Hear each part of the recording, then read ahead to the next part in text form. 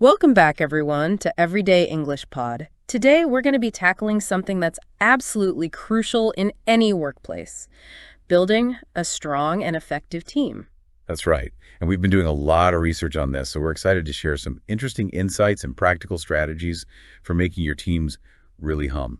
So let's dive right in, shall we? One of the first things that really jumped out at us was the idea of improving team synergy. You know, that elusive click where everyone's on the same page and working together seamlessly. And one way to do that we found super interesting, is by encouraging interaction between people who don't usually work together. Right, like breaking down those silos between departments. And there was this really cool example of a company that did this through a cross-departmental problem-solving retreat. Yeah, what they did was they mixed up employees from different departments and put them together in teams.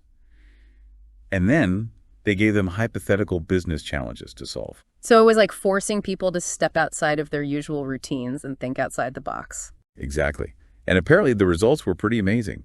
They saw a noticeable increase in communication between departments. Which is huge, because so often departments can feel like they're operating in their own little worlds. Totally.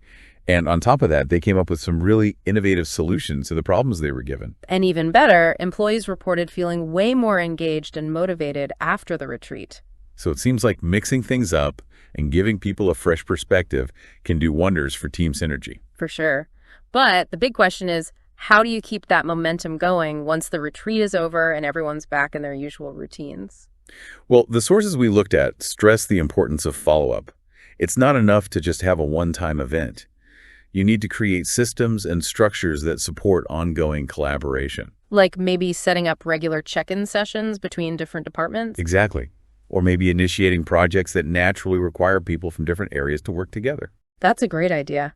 And I guess it's also about really emphasizing the value of teamwork in the company culture, making it clear that collaboration is not just encouraged, but expected. Yeah, it's about moving away from that silo mentality and fostering a sense of shared purpose and mutual reliance. Okay, so we've talked about improving synergy, but what about the foundation of any high-performing team?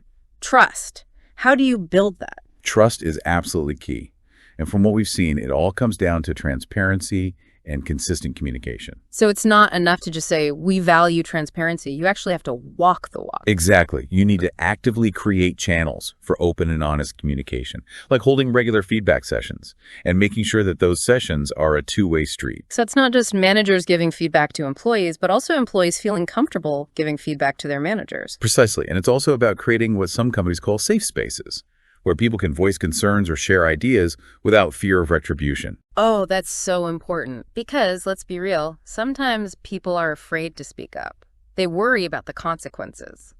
Yeah, so having those safe spaces, whether they're formal or informal, can really make a difference. Some companies even have anonymous suggestion systems so people can share feedback without revealing their identity. Right, and those can be really valuable for uncovering issues that people might not feel comfortable bringing up directly. And then, of course, there are the more informal ways of building trust, like regular one-on-one meetings between managers and employees. Yeah, and even those informal team gatherings, like grabbing coffee together or having a team lunch, those can really help to foster personal connections and build rapport. Definitely. And when you have that foundation of trust, it can really transform the entire team dynamic. Absolutely. It can reduce tension, improve communication, and make people feel more valued and heard. Which ultimately leads to increased productivity and job satisfaction. Because let's face it, nobody wants to work in an environment where they feel like they can't speak their mind. That's so true. But, even in the most trusting teams, conflicts are bound to happen. So what do you do when those interpersonal tensions start to flare up? Well, the key, according to the experts, is to address the conflict head on. Okay, so not just ignoring it and hoping it goes away? Definitely not, because unresolved conflict can fester and create even bigger problems down the road. Right. So how do you actually go about resolving conflict in a healthy way? Well, a lot of companies have found success with a structured approach to conflict resolution. It often starts with having private, individual conversations with the people involved. So like it's sort of pre-mediation where you get each person's perspective on the situation. Exactly. And then once you have a better understanding of the different viewpoints, you can bring everyone together for a facilitated dialogue. So there's a neutral third party there to help guide the conversation and keep things productive. Precisely. And the goal of that dialogue is to really help everyone understand each other's perspectives, identify the root causes of the conflict, and then work together to find a solution that works for everyone. And having that neutral facilitator is crucial because they can help to ensure that everyone feels heard and respected and that no one feels like they're being ganged up on. That's right. And the sources we looked at really stressed the importance of training those facilitators in active listening and conflict resolution techniques. Because it's a real skill to be able to guide people through those difficult conversations in a constructive and productive way. Now, I'm curious, how do you actually know if your conflict resolution strategies are working? Are there specific metrics you can track? Absolutely. You can look at things like how long it takes to resolve conflicts, how satisfied employees are with the outcome, and even whether you see an improvement in the team's overall performance after the conflict has been resolved. That's a data-driven approach to conflict resolution. Now, speaking of data, let's talk about motivation. What are some effective strategies for keeping teams feeling inspired and motivated to do their best work? You know, one thing that kept coming up in our research was the importance of personalized recognition. It's about understanding what motivates each individual on your team and then tailoring your approach accordingly. So not just a generic good job, but something more specific and meaningful to that person. Exactly. It could be a public acknowledgement of their accomplishments in a team meeting, a handwritten thank you note from their manager, or even just a small gesture that shows you appreciate their hard work and dedication. I love that. And it also seems like professional development plays a big role in motivation. Oh, absolutely. People want to feel like they're growing and learning in their roles.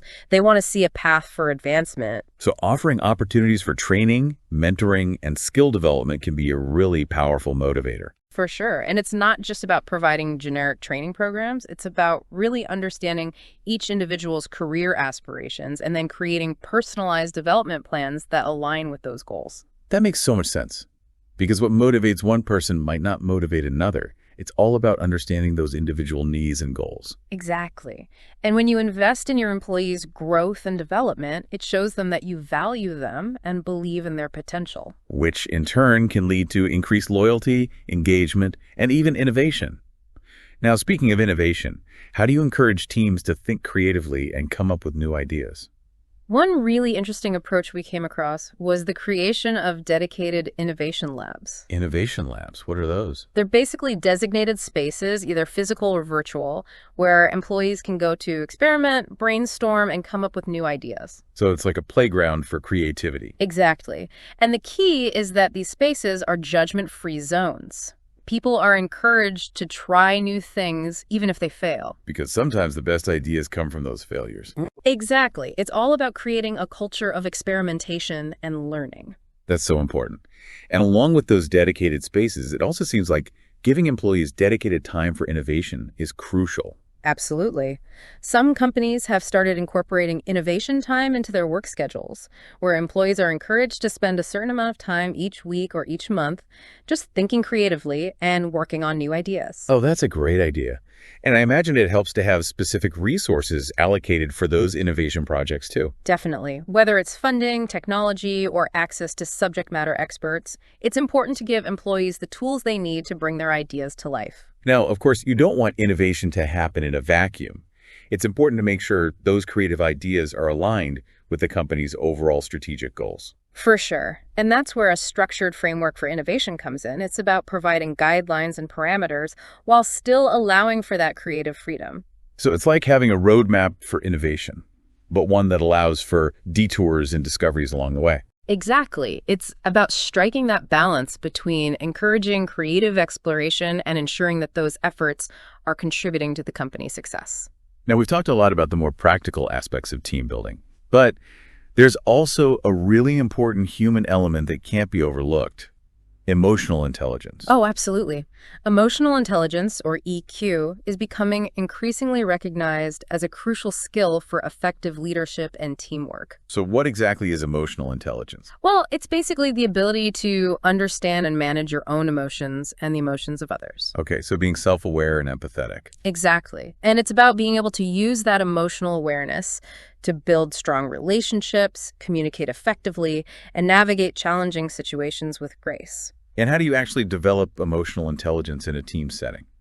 Well, there are a number of different approaches. Some companies use personality assessments to help individuals understand their own emotional tendencies. So like a Myers-Briggs or something similar. Exactly. And then they might offer workshops or coaching sessions to help people develop specific skills like active listening, empathy, and conflict resolution.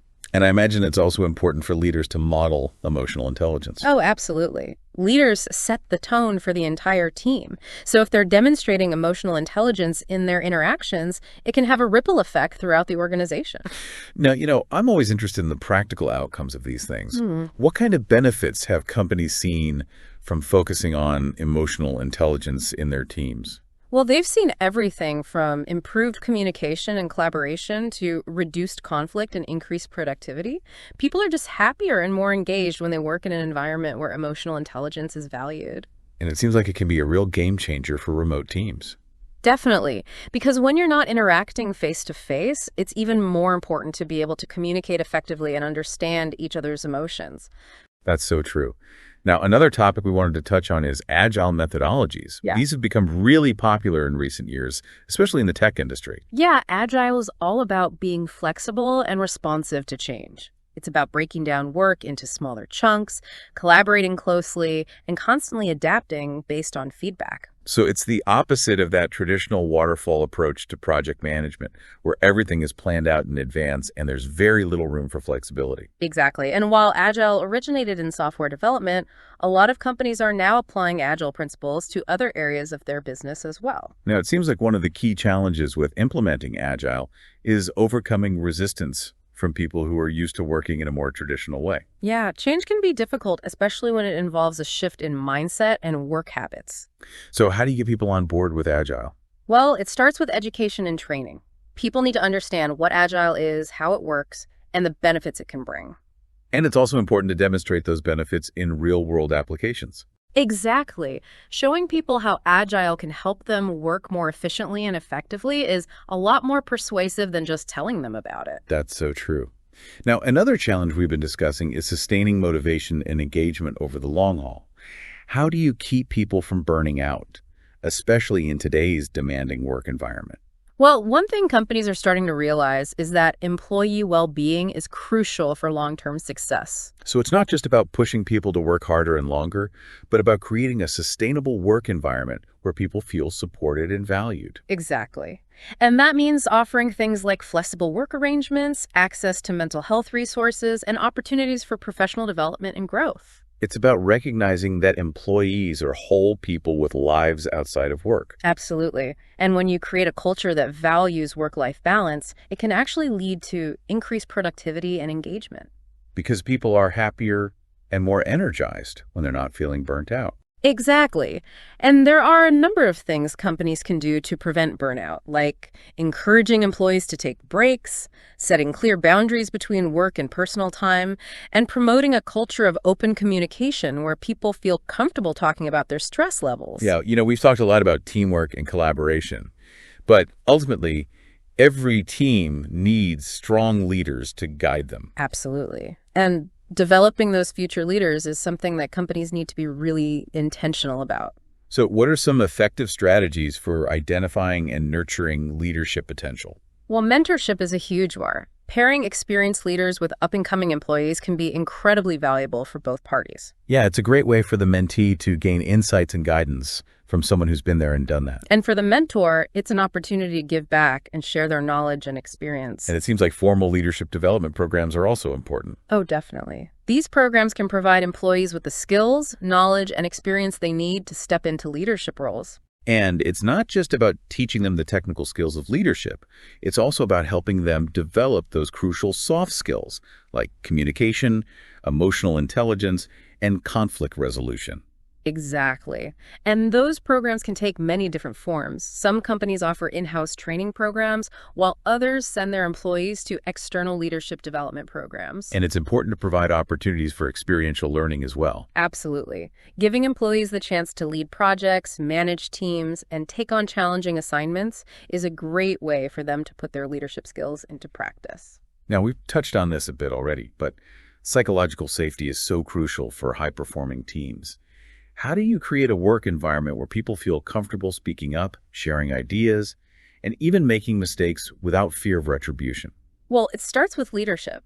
Leaders need to model that behavior themselves. They need to be open to feedback, willing to admit their own mistakes, and create a culture where it's safe to take risks. Yeah, because if people are constantly worried about being judged or punished for making a mistake, they're not going to be willing to speak up or share their ideas. Exactly. And that can really stifle innovation and creativity. So it's about creating a culture of trust and respect where people feel like they can be themselves and share their thoughts and ideas openly. Absolutely. And there are a number of things companies can do to foster that psychological safety, like holding regular team meetings where people are encouraged to share their perspectives, creating anonymous feedback channels, and providing training on constructive feedback and conflict resolution.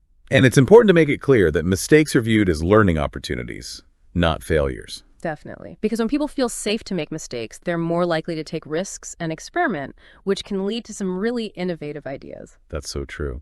Now, technology plays such a huge role in the modern workplace.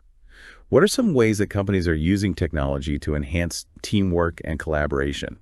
Well, beyond the obvious tools like email and video conferencing, there are a ton of really cool collaboration platforms out there that can help teams stay connected, organized, and productive. Like project management tools like Asana or Trello. Exactly. Those can be super helpful for keeping everyone on track and making sure everyone knows what's going on. And there are also tools that can help with things like brainstorming, ideation, and decision-making. Yeah, like virtual whiteboards or mind mapping software. Those can be great for visual thinkers. And I've even seen some companies using AI-powered tools to help with things like scheduling, task management, and even conflict resolution. It's amazing how technology is constantly evolving to support teamwork. It really is. Now, one final topic we wanted to touch on is performance feedback. Traditionally, performance reviews have been a source of dread for many employees. Yeah, that annual sit-down with your manager can be pretty nerve-wracking. So how can companies make performance feedback more effective and less stressful? Well, a lot of companies are moving away from that traditional once-a-year review and instead implementing more frequent, ongoing feedback. So instead of a big formal review, it's more like regular check-ins and informal conversations. Exactly. And those conversations are focused on growth and development, not just evaluation. So it's more about helping employees identify their strengths and areas for improvement, and then creating a plan for how they can continue to grow and develop in their roles. Exactly. And the feedback itself is more specific and actionable. Instead of just saying you need to improve your communication skills, you might say, I noticed that you tend to interrupt people in meetings. Here are some tips for becoming a more active listener. That's so much more helpful. And it seems like 360-degree feedback is also becoming more popular. Oh, absolutely. That's where you get feedback not just from your manager, but also from your peers, direct reports, and even clients or customers. So it's a more well-rounded view of your performance. Exactly. And it can be really valuable for identifying blind spots in areas where you might not even realize you need to improve. That's a great point. Now, as we wrap up this conversation, it's clear that team building is an incredibly multifaceted and constantly evolving process. There's no magic formula or one-size-fits-all approach. It really depends on the specific needs of your team and your organization. But hopefully, the insights and strategies we've shared today will give you some ideas for how to build stronger, more effective teams in your own workplace. Whether it's focusing on communication, trust, motivation, or any of the other topics we've discussed, there's always something you can do to improve your team's dynamics. So as you leave this conversation, I'd encourage you to think about what resonated most with you. What's one small step you can take this week to foster a stronger, more connected, and ultimately more successful team? Because at the end of the day, it's all about working together to achieve a common goal. And that's what makes teamwork so powerful and rewarding. Absolutely. Thanks for joining us today on Everyday English Pod. We'll see you next time.